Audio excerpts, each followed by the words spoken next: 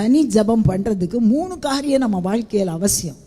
தானியேலின் புஸ்தகம் 6ஆம் அதிகாரம் 10ஆம் வசனத்தில் வாசிக்கிறோம்.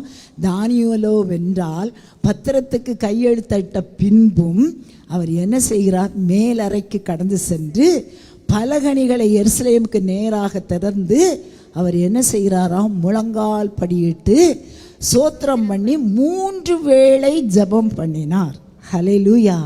நல்லா கவனிச்சுக்கோங்க சகோதரிகளே, நம்ம வாழ்க்கையில் தனி ஜபம் பண்ணுறதுக்கு ஒரு இடம் தேவை. நான் ஒரு வேலை செய்து கொண்டு இருக்கும்போது செய்யார் என்ற இடத்துல வேலை செய்தேன்.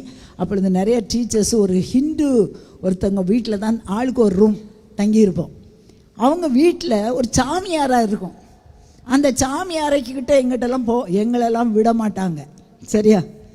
நம்ம வீட்டில் ஆண்டவர் நம்மளை சந்திக்கிறதுக்கு ஒரு இடம் இருக்குதா?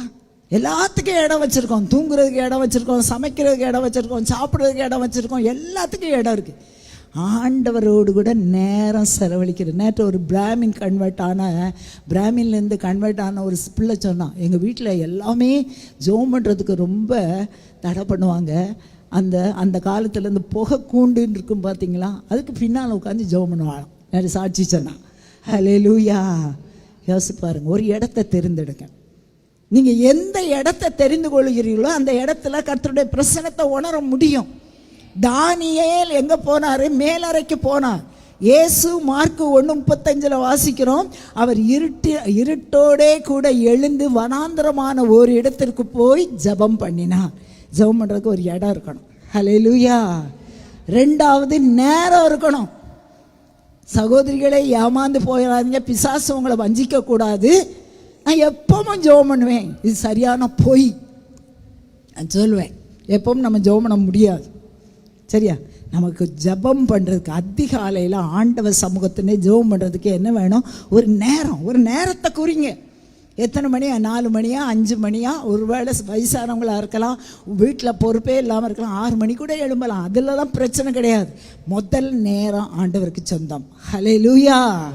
ஆண்டவர் சமூகத்தண்டையில் நேரம் குறிங்க, இடம் குறிங்க. 3வது பொசிஷன். சரியா?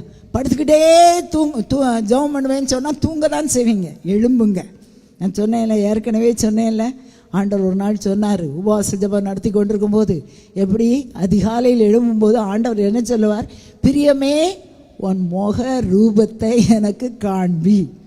முகத்தை கழுவாமல், பல்ல வளர்க்காமல், தலையை சீவாமல் முட்டி போடாதீங்க. ஹல்லேலூயா. நல்லா ஃப்ரெஷ்ஷாக என்ன சொல்கிறேன்? ஃப்ரெஷ்ஷாக ஜெபம் பண்ணுங்க. ஆண்டவர் நம்ம கூட பேசுவார், நம்ம அவரோடு பேசலாம்.